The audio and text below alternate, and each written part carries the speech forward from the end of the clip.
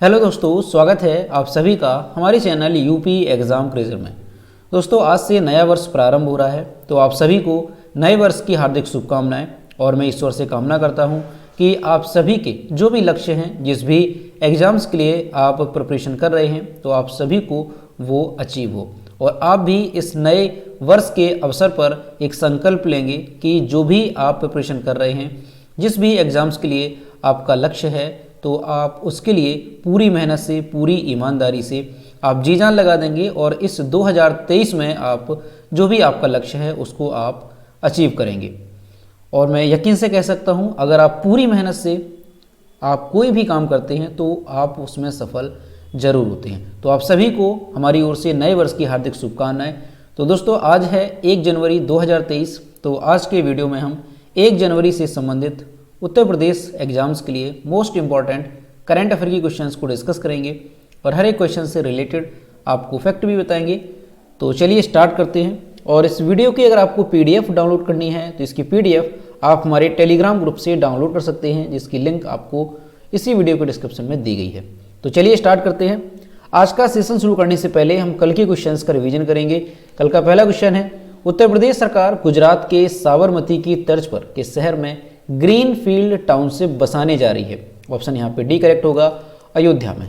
अगला है, किस राज्य में पहला जलवायु परिवर्तन ज्ञान केंद्र नए साल से काम शुरू करेगा?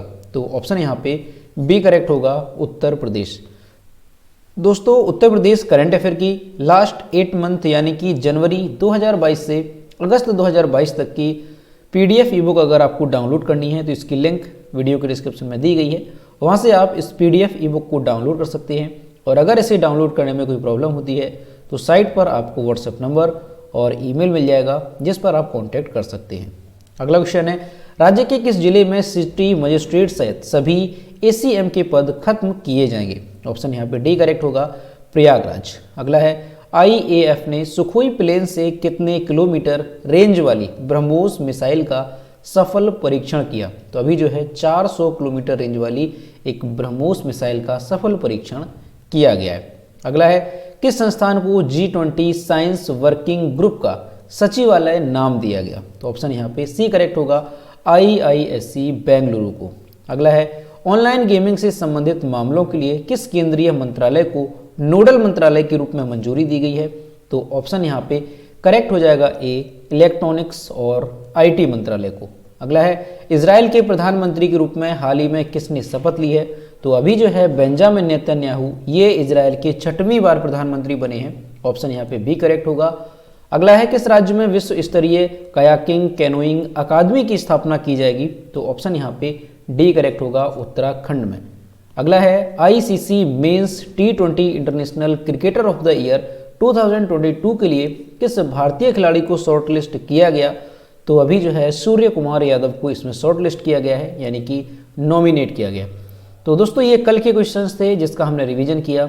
अब हम शुरू करते हैं आज का सेशन। आज का पहला क्वेश्चन है, हाल ही में उत्तर प्रदेश के किस संस्थान ने 83,000 करोड़ रुपए के MOU पर हस्ताक्षर किए? ऑप्शन यहाँ पे बी करेक्ट होगा, यूपीसीडा ने। दोस्तों, 30 दिसंबर 2022 को उत्तर प्रदेश राज्य औद्योगिक विकास प्राधिकरण, यानी कि इसको हम क्या कहते हैं, यूपीसीडा।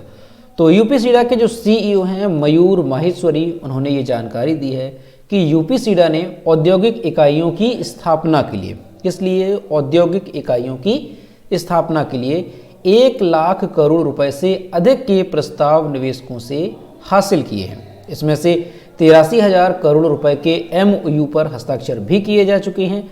यूपीसीडा के जो सीईओ हैं मयूर माहेश्वरी, उन्होंने ये भी बताया कि ये जो MOU है इसको 10 और 12 फरवरी 2023 10 से 12 फरवरी 2023 के बीच क्या होगा, तो लखनऊ में क्या होगा, ग्लोबल इन्वेस्टर समिट होगी। तो उसमें जो है इसको अंतिम रूप दिया जाएगा, ये जो MOU साइन किए गए हैं इसको। तो यहाँ से आप याद रखेंगे, अगर पूछा जाता है कि हाल ही में उत्तर प्रदेश सरकार ने किसके साथ 83,000 करोड़ रुपए के एक MOU पर साइन किए हैं, तो आपको याद रखना है यूपीसीडा के साथ। ठीक है, और ये भी यहाँ से क्वेश्चन पूछा जा सकता है कि 2023 में ग्लोबल इन्वेस्टर समिट जो है वो कहाँ पे आयोजित होगी, तो वो भी आपको याद रखना है लखनऊ में ये आयोजित होगी। अगला क्वेश्चन है दोस्तों, यहाँ पर कुछ इंपॉर्टेंट क्वेश्चंस हैं करंट अफेयर से रिलेटेड, इनको हम जल्दी से जो है रिवाइज करते हैं। तो पहला क्वेश्चन क्या है कि उत्तर प्रदेश में कहाँ पर मंदिरों का संग्रहालय बनेगा। तो आपको कल भी हमने ये रिवाइज कराए थे। तो ऑप्शन यहाँ पे क्या यहाँ पे आंसर हो जाएगा, तो आंसर यहाँ पे अयोध्या करेक्ट हो जाएगा कि उत्तर प्रदेश में अयोध्या में मंदिरों का संग्रहालय बनेगा। अगला है देश की पहली एजुकेशन टाउनशिप किस राज्य में विकसित हो रही है। ठीक है, तो याद रखेंगे आप, उत्तर प्रदेश में देश की पहली एजुकेशन टाउनशिप विकसित हुई। या आपसे पूछा जाता है कि एजुकेशन टाउनशिप विकसित करने वाला देश का पहला राज्य कौन सा है, तब भी आंसर यूपी होगा। और दोस्तों ये क्वेश्चन आपका भी पूछा गया था हाल ही में, शायद कोई CGL का एग्जाम था उसमें पूछा गया था, तो याद रखेंगे। ठीक है, अगला क्या है, देश की पहली नाइट सफारी कहाँ शुरू हुई। तो देश की पहली जो नाइट सफारी है ये भी हमारे यूपी में ही शुरू हुई है, याद रखेंगे। और यूपी में कहाँ पर ये नाइट सफारी जो है शुरू की जाएगी, तो वो भी आपको याद रखना है, लखनऊ में ये शुरू की जाएगी। ठीक है, अगला है कि दुनिया की सबसे लंबी जो नदी क्रूज है ये कहाँ से कहाँ तक चलेगी। तो ये भी वेरी इंपॉर्टेंट है। तो ये चलेगी वाराणसी और असम के बीच। ठीक है, वाराणसी और असम के बीच ये चलेगी। और अगर लंबाई की हम बात करें कि कितनी लंबी होगी, तो 3200 किलोमीटर ये नदी क्रूज की जो लंबाई है वो इतनी लंबी होगी। ठीक है, तो याद रखेंगे आप यहाँ पे, ये सारे क्वेश्चन ही वेरी इंपॉर्टेंट हैं, आपके आने वाले एग्जाम में पूछे जा सकते हैं। यहाँ पर दोस्तों कुछ और क्वेश्चन हम रिवाइज करते हैं। भारत का पहला अमृत सरोवर आप सभी लोगों को याद होगा, कई बार आपको कराया है। तो ये कहाँ पे बना है, रामसर। कहाँ बना है, रामपुर में। तो याद रखेंगे आप, ये देश का पहला क्या है, अमृत सरोवर है। ठीक है, रामपुर उत्तर प्रदेश, याद रखेंगे आप इसको। अगला है वैक्यूम आधारित सीवर सिस्टम लगाने वाला भारत का पहला शहर कौन सा है। तो ये है आगरा, इसको भी याद रखेंगे। अगला है राज्य का पहला आदिवासी संग्रहालय, ये कहाँ पे बना। तो ये बना है बलरामपुर में। और अगर आपसे पूछा जाए कि बलरामपुर में कहाँ पर, तो एक गांव है इमिलिया कूडर, वहाँ पर ये बना है। अगला है उत्तर प्रदेश का पहला हिस्ट्री म्यूजियम। तो उत्तर प्रदेश का पहला हिस्ट्री म्यूजियम कहाँ पे बना, तो ये बना है लखनऊ में, इसको भी याद रखेंगे। उत्तर प्रदेश का पहला हिस्ट्री म्यूजियम ये कहाँ पे है, लखनऊ में, जो चिड़ियाघर है वहाँ पे बनाया गया। अगला है ई पेंशन पोर्टल शुरू करने वाला पहला राज्य कौन सा है, तो हमारा उत्तर प्रदेश है। अगला है प्रदेश का पहला रोबोट वाला रेस्टोरेंट जो है ये कहाँ पे है। तो यूपी का जो पहला रोबोट वाला रेस्टोरेंट है ये है नोएडा में, याद रखेंगे। यहाँ पर क्या है कि 2 रोबोट हैं जो कि खाना सर्व करने का काम करते हैं। और उन रोबोट के अगर हम नाम की बात करें तो याद रखेंगे रूबी और दीवा नाम के 2 रोबोट हैं जो कि खाना सर्व करने का काम करते हैं। अगला है उत्तर भारत का सबसे बड़ा मॉल कहाँ पे खुला। तो उत्तर भारत का जो सबसे बड़ा मॉल है ये लखनऊ में खुला है, याद रखेंगे, लखनऊ में। अगला है उत्तर प्रदेश में मंदिरों का संग्रहालय कहाँ पे बनेगा। तो ये आपको मैंने अभी बताया, मंदिरों का संग्रहालय बनेगा कहाँ पे, अयोध्या में। ठीक है, याद रखेंगे इसको, अयोध्या में। अगला है देश का पहला ग्रीन हाइड्रोजन प्रोजेक्ट। तो देश का जो पहला ग्रीन हाइड्रोजन प्रोजेक्ट है ये कहाँ पे इसको शुरू किया जाएगा। तो याद रखेंगे उत्तर प्रदेश के मथुरा में जो है देश का पहला ग्रीन हाइड्रोजन प्रोजेक्ट लॉन्च किया गया। तो ये क्वेश्चन वेरी इंपॉर्टेंट है, यूपी से रिलेटेड है, याद रखेंगे। अगला है उत्तर प्रदेश हिंदी संस्थान का 46वां स्थापना दिवस समारोह कहाँ पर आयोजित हुआ। तो ऑप्शन यहाँ पे डी करेक्ट हो जाएगा, लखनऊ में। दोस्तों उत्तर प्रदेश हिंदी संस्थान का जो 46वां स्थापना दिवस समारोह है ये लखनऊ में आयोजित हुआ। इसमें वरिष्ठ साहित्यकार डॉक्टर राम कठिन सिंह हो गए, कथाकार डॉक्टर सुधाकर अधि व संस्थान के निदेशक RP सिंह ने सभी श्रेणियों के कुल 70 साहित्यकारों को सम्मानित किया। इनमें से कुछ अगर हम बात करें, कुछ प्रमुख जो पुरस्कार हैं वो किनको दिए गए हैं। तो महाकाव्य विधा की पुस्तक है अथर्वा मैं वही वन हूँ के लिए भोपाल के जो लेखक हैं कौन, आनंद कुमार सिंह, इनको जो है तुलसी पुरस्कार दिया गया, याद रखेंगे। इसके अलावा कविता संग्रह है रामधरा पर पुनः पधारो, इसके लिए शंकर सिंह को श्रीधर पाठक पुरस्कार से सम्मानित किया गया। नाटक विधा की एक रचना है काल पुरुष क्रांतिकारी वीर सावरकर, इसके लिए गाजियाबाद के साहित्यकार जयवर्धन JP को भारतेंदु हरिश्चंद्र जो पुरस्कार है उससे सम्मानित किया गया। तो ये कुछ पुरस्कार हैं जो कि उत्तर प्रदेश हिंदी संस्थान के 46वें स्थापना दिवस समारोह के अवसर पर प्रदान किए गए। तो इनको आप लोग जो है याद रख सकते हैं हो सकता है एग्जाम में क्वेश्चन इससे पूछ लिया जाए। ठीक है, वैसे ये आपको याद रखना है कि 46वां स्थापना समारोह कहाँ पे आयोजित हुआ, तो ये लखनऊ में आयोजित किया गया। अगला क्वेश्चन है, हाल ही में कौन यूपी की पहली महिला पुलिस कमिश्नर बनी? ऑप्शन यहाँ पे बी करेक्ट होगा, लक्ष्मी सिंह। दोस्तों उत्तर प्रदेश के गौतम बुद्ध नगर में पुलिस कमिश्नर पद पर लक्ष्मी सिंह को तैनात कर दिया गया। वे नोएडा की टॉप कॉप होंगी। यूपी में इस पद तक पहुंचने वाली वे पहली महिला अधिकारी बन गई हैं। राज्य सरकार ने पुलिस महानिरीक्षक यानी आईजी लखनऊ रेंज लक्ष्मी सिंह को नोएडा का प्रभार देते हुए राज्य की पहली महिला पुलिस आयुक्त के रूप में नियुक्त किया। बता दें कि वह आलोक सिंह का स्थान लेगी। अभी यानी कि इनसे पहले कौन थे, तो आलोक सिंह थे, जिन्हें लखनऊ में पुलिस महानिदेशक डीजीपी मुख्यालय में तैनात किया गया। तो याद रखेंगे, वेरी इंपॉर्टेंट है कि उत्तर प्रदेश, क्या याद रखना है कि उत्तर प्रदेश में पुलिस कमिश्नर पद पर पहुंचने वाली पहली महिला कौन बन गई हैं, तो ये बन गई हैं लक्ष्मी सिंह। ठीक है, तो इनका नाम याद रखेंगे। और कहाँ की, तो ये जो है नोएडा की बनाई गई हैं, क्या, पुलिस कमिश्नर। ठीक है, याद रखेंगे, नोएडा का प्रभार इनको दिया गया है। अगला क्वेश्चन है, हाल ही में देश के दूसरे सबसे लंबे केबल वाले 8 लेन ज्वारी ब्रिज का उद्घाटन किस राज्य में किया गया? तो ऑप्शन यहाँ पे डी करेक्ट हो जाएगा, गोवा में। दोस्तों केंद्रीय सड़क परिवहन और राजमार्ग मंत्री नितिन गडकरी ने, देखिए यहाँ से भी क्वेश्चन कई बार पूछ लिए जाते हैं कि अगर कह दिया जाए केंद्रीय सड़क परिवहन और राजमार्ग मंत्री कौन है, तो याद रखेंगे नितिन गडकरी। तो उन्होंने गोवा में, कहाँ पे, गोवा में देश के दूसरे सबसे लंबे केबल वाले 8 लेन ज्वारी ब्रिज का उद्घाटन किया। गडकरी ने एकीकृत संचालन प्रबंधन के लिए PWD गोवा ऐप भी लॉन्च किया। ज्वारी ब्रिज उत्तरी गोवा और दक्षिणी गोवा भारत के बीच एक पुल है। यह NH66 को ज्वारी नदी के ज्वारीय भाग पर अगाकेम और कोटालिम के गांव के बीच ले जाता है। यह कोंकण रेलवे ब्रिज से कुछ मीटर नीचे है। 640 मीटर लंबा ये जो पुल है, ये दोनों तरफ से 13.2 किलोमीटर लंबी सड़कें 3 चरणों में बनाई गई हैं। ठीक है, तो इसको याद रखेंगे, दोनों तरफ जो सड़कें हैं कुल मिलाकर के वो 13.2 किलोमीटर लंबी हैं। लेकिन अगर पुल की बात करें तो 640 मीटर ये लंबा पुल होगा। ज्वारी ब्रिज का काम जून 2016 में शुरू हुआ था।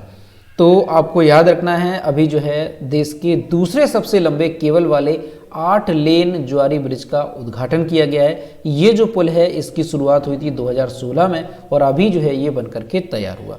ठीक, गोवा में बनाया गया है, याद रखेंगे, देश का दूसरा सबसे लंबा केबल वाला ब्रिज। अब यहाँ पर आपके दिमाग में होगा कि केबल वाला ब्रिज, इससे क्या मतलब है? तो ये आप एक इमेज देखिए, यहाँ पर जो आपको ये ब्रिज दिख रहा है, ये आप जो ब्रिज देख रहे हैं, ठीक है, इसके ऊपर यहाँ पर आपने देखा ये क्या है, ये यहाँ पर केबल है, यानी कि रस्सियाँ हैं। यहाँ पर आप देख सकते हैं ये सारी यहाँ पर क्या है, केबल लगाई गई हैं। ठीक, ये क्यों लगाई जाती हैं? टेक्निक होती है पुल बनाने की। तो ये जो केबल होती हैं, इससे जो पुल होता है उसको सपोर्ट मिलता है। और यहाँ पर जैसे ये यहाँ पर है इस तरह से, तो ये जो पुल है ये झुकाव नहीं लेता है। ये भी एक टेक्निक होती है। तो ये हमारे देश में दूसरा सबसे लंबा केबल वाला ब्रिज है। तो याद रखेंगे आप कहाँ पे, गोवा में। अब दोस्तों अगर हम बात करें कि देश में पहली बार केबल वाला जो ब्रिज है वो कहाँ पे बनाया गया, कहाँ पे बनाया जा रहा है, तो याद रखेंगे आप उसको भी। तेलंगाना और आंध्र प्रदेश को जोड़ने के लिए कृष्णा नदी पर देश का पहला केबल स्टेड कम सस्पेंशन पुल का निर्माण किया गया। तो उसको भी आप लोग याद रखेंगे। तेलंगाना और आंध्र प्रदेश को जोड़ने के लिए कहाँ पे, कृष्णा नदी पर देश का पहला ये केबल वाला ब्रिज जो है बनाया गया। अगला क्वेश्चन है, दुनिया का सबसे बड़ा ओपन एयर थिएटर माने जाने वाला धनु यात्रा उत्सव किस राज्य में शुरू हुआ? तो ऑप्शन यहाँ पे बी करेक्ट हो जाएगा, ओडिशा में। दोस्तों दुनिया का सबसे बड़ा ओपन थिएटर माना जाने वाला धनु यात्रा जो उत्सव है, ये 27 दिसंबर को पश्चिमी ओडिशा के बरगढ़ शहर में शुरू हुआ। राष्ट्रपति द्रौपदी मुर्मू और प्रधानमंत्री नरेंद्र मोदी ने 11 दिवसीय उत्सव की शुरुआत के साथ पूर्वी राज्य के लोगों को बधाई दी। 2 साल के अंतराल के बाद ये महोत्सव शुरू हुआ, क्योंकि पिछली साल और उसके और पिछली साल कोविड का टाइम रहा। इस वजह से ये उत्सव जो है वो नहीं आयोजित हो पाया। इस उत्सव में भगवान श्री कृष्ण से संबंधित प्रसंगों को प्रस्तुत किया जाएगा। यह एक ओपन एयर थिएटर फेस्टिवल है जो 5 वर्ग किलोमीटर से अधिक तक फैला हुआ है और इसमें एक गांव और एक शहर शामिल है। ठीक, वेरी इंपॉर्टेंट है, काफ़ी फेमस भी है। तो याद रखेंगे धनु यात्रा जो उत्सव है ये किस राज्य से संबंधित है, तो इसको आपको याद रखना है, ओडिशा से संबंधित है। ओडिशा में ये भी शुरू हुआ है और ये दुनिया का सबसे बड़ा ओपन एयर थिएटर माना जाने वाला उत्सव है। ठीक है, 11 दिवसीय उत्सव होता है। अभी 2022 में ये स्टार्ट हुआ है क्योंकि 27 दिसंबर को, तो 2 साल के अंतराल में ये शुरू हुआ है। अब दोस्तों अगर हम इसमें देखें कि ये जो त्यौहार है इसमें आखिर होता क्या है, तो ये तो यहाँ पर आपने देखा कि भगवान श्री कृष्ण से संबंधित प्रसंगों को इसमें प्रस्तुत किया जाता है। इसके अलावा दोस्तों क्या होता है कि ये जो उत्सव 11 दिन तक आयोजित होगा, तो इसमें पूरे 11 दिन जो लोग हैं वहाँ के, ठीक है, वो कंस, इसमें जो कंस बनेगा ना, क्योंकि श्री कृष्ण से संबंधित प्रसंगों को इसमें प्रस्तुत किया जाएगा, तो इस उत्सव में जो कंस होगा उसके ही आदेश को मानते हैं और जिला प्रशासन के आदेश को यहाँ पर लोग नहीं मानते हैं 11 दिन तक। तो ये एक इसकी खासियत है। तो याद रखेंगे आप, धनु यात्रा उत्सव ये ओडिशा से संबंधित है। अगला है, प्रति कृषि परिवार औसत मासिक आय में कौन सा राज्य पहले स्थान पर रहा? ऑप्शन यहाँ पे करेक्ट हो जाएगा सी, मेघालय। दोस्तों प्रति कृषि परिवार औसत मासिक आय में औसत मासिक आय 29,348 रुपये के साथ जो मेघालय है ये पहले स्थान पर रहा। उसके बाद पंजाब 26,701 और इसके बाद हरियाणा 22,841 रुपये और इसके बाद अरुणाचल प्रदेश 19,225 रुपये पर है। तो याद रखेंगे, प्रति कृषि परिवार औसत मासिक आय में जो पहले स्थान पर स्टेट रहा वो कौन सा है, तो वो है मेघालय। और यहाँ पर जो प्रति कृषि परिवार औसत मासिक आय बताएगी वो कितनी रही, 29,348। ठीक है, सेकंड पे पंजाब, थर्ड पे हरियाणा और फोर्थ पे अरुणाचल प्रदेश। वैसे मेघालय का नाम याद रखेंगे, ये वेरी इंपॉर्टेंट रहेगा। अगला है, भारत के किस राज्य का निर्वाचन क्षेत्र धर्मदम देश का पहला पूर्ण पुस्तकालय निर्वाचन क्षेत्र बना? तो ऑप्शन यहाँ पे बी करेक्ट हो जाएगा, केरल। दोस्तों भारत के केरल का निर्वाचन क्षेत्र धर्मदम, ठीक है, धर्मदम क्या है, एक निर्वाचन क्षेत्र है जो कि केरल में पड़ता है। ये देश का पहला पूर्ण पुस्तकालय निर्वाचन क्षेत्र बन गया है। इस निर्वाचन क्षेत्र के कुल 138 वार्डों में से 63 वार्डों में कोई पुस्तकालय नहीं था, लेकिन एक जन संगठन people's mission for social development की मदद से ये काम पूरा हो गया। तो ये जो है देश का पहला पूर्ण पुस्तकालय निर्वाचन क्षेत्र बन गया है। याद रखेंगे आप, धर्मदम कहाँ पे है, ये केरल में पड़ता है। अब दोस्तों यहाँ पर कुछ क्वेश्चन आपको हम रिवाइज कराते हैं, याद रखेंगे आप। जैसे पहला क्वेश्चन हमारा है कि देश का पहला शहद वाला गांव कौन सा है? तो याद रखेंगे आप, क्या है, देश का पहला शहद वाला गांव, शहद वाला गांव जो है कौन सा है? तो देश का पहला जो शहद वाला गांव है वो कौन सा है? तो याद रखेंगे आप, महाराष्ट्र का है महाबलेश्वर का मांघर गांव। ठीक है, याद रखेंगे, मांघर गांव है, मांघर गांव, और ये कहाँ पे पड़ता है? तो याद रखेंगे आप इसे, ये महाराष्ट्र में है। ठीक है, महाराष्ट्र का ये गांव है मांघर गांव, जो कि महाबलेश्वर में पड़ता है। ठीक, मांघर गांव याद रखेंगे, देश का पहला शहद वाला गांव। इसके अलावा एक क्वेश्चन और आपको याद रखना है, हर घर जल वाला पहला राज्य कौन सा है? ठीक है, दूसरा क्वेश्चन याद रखेंगे, हर घर जल वाला पहला राज्य कौन सा है? पहला राज्य कौन सा है? तो वो भी आपको याद रखना है, वो है गोवा। ठीक है, ये हर घर जल वाला पहला राज्य है, इसको याद रखेंगे आप, वेरी इंपॉर्टेंट। इसके अलावा एक क्वेश्चन और याद रखेंगे कि हर घर पुस्तकालय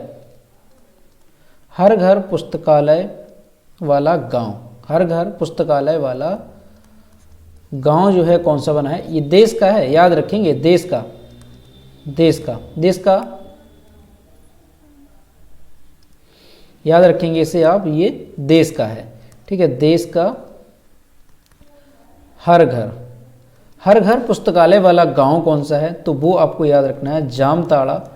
और ये जामताड़ा किस राज्य में पड़ता है? तो ये झारखंड में पड़ता है। ठीक है, इस बात को याद रखेंगे, झारखंड का जो जामताड़ा गांव है ये हर घर पुस्तकालय वाला गांव बना। देश का पहला शहद वाला गांव मांघर गांव बना, और देश का जो पहला राज्य है हर घर जल वाला वो है गोवा। तो ये तीनों क्वेश्चन याद रखेंगे, वेरी इंपॉर्टेंट। यहाँ पर दोस्तों हम केरल से रिलेटेड कुछ इंपॉर्टेंट क्वेश्चंस को रिवाइज करते हैं। देश की पहली पेपरलेस हाईकोर्ट कौन सी बनी? तो याद रखेंगे, केरल हाईकोर्ट। देश की पहली वाटर मेट्रो जो है कहाँ पे चलाई गई?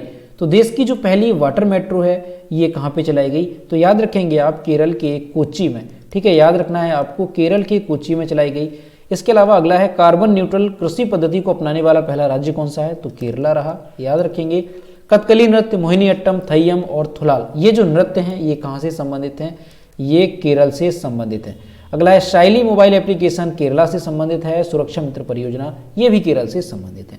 अगला क्वेश्चन है, हाल ही में किस राज्य सरकार ने भारत की पहली नीलगिरी तहर परियोजना स्थापित करने की घोषणा की है, तो ऑप्शन यहाँ पे ए करेक्ट हो जाएगा, तमिलनाडु। दोस्तों तमिलनाडु सरकार ने भारत की पहली नीलगिरी तहर परियोजना स्थापित करने की घोषणा की है। सरकार ने कहा कि 25.14 करोड़ रुपए की लागत वाली ये परियोजना 2022 से 27 के दौरान लागू की जाएगी और उपकरणों की मदद से तहर की संख्या का आकलन करने के लिए सर्वेक्षण किए जाएंगे। अब यहाँ पर जो वर्ड है तहर, आप सोच रहे होंगे कि तहर है क्या, तो आपको यहाँ पर दिखाते हैं। ये जो आप एक यहाँ पर देख रहे हैं जानवर या पशु, ये क्या है, ये तहर है, इसको तहर कहा जाता है। और ये क्या है, एक लुप्त प्रजाति, ये लुप्त होने की कगार पे है। ठीक है, तो इसीलिए इसको जो है बचाने के लिए ये परियोजना शुरू की गई है, तमिलनाडु सरकार ने की है।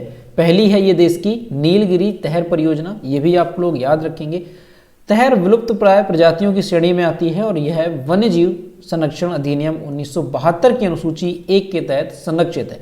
परियोजना नीलगिरी तहर का लक्ष्य इसके मूल आश्रय को बहाल करना और इन्हें उन इलाकों में फिर से बसाना है जहां वे मूल रूप से रहा करते थे।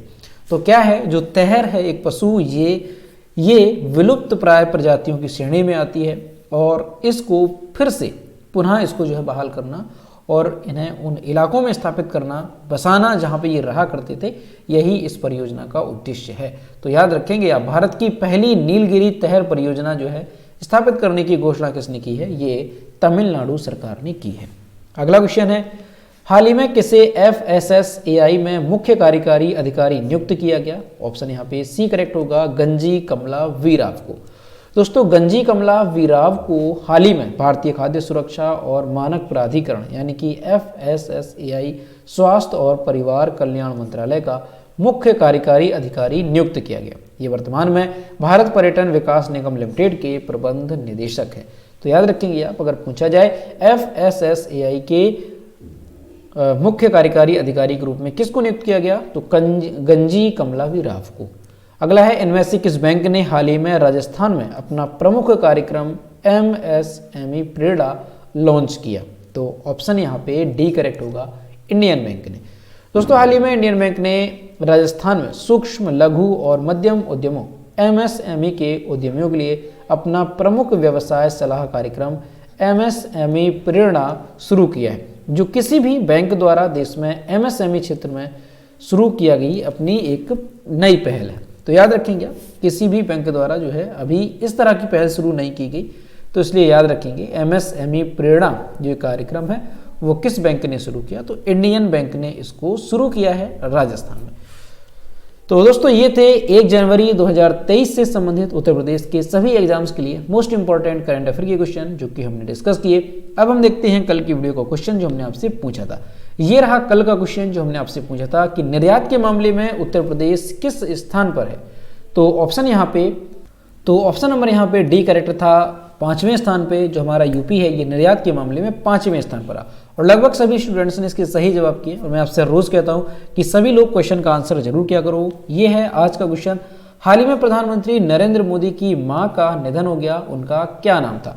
यहाँ पे जो भी करेक्ट आंसर है वो आपको कमेंट बॉक्स में बताना है और सभी लोग कोशिश करेंगे कि क्वेश्चन का आंसर जरूर करें।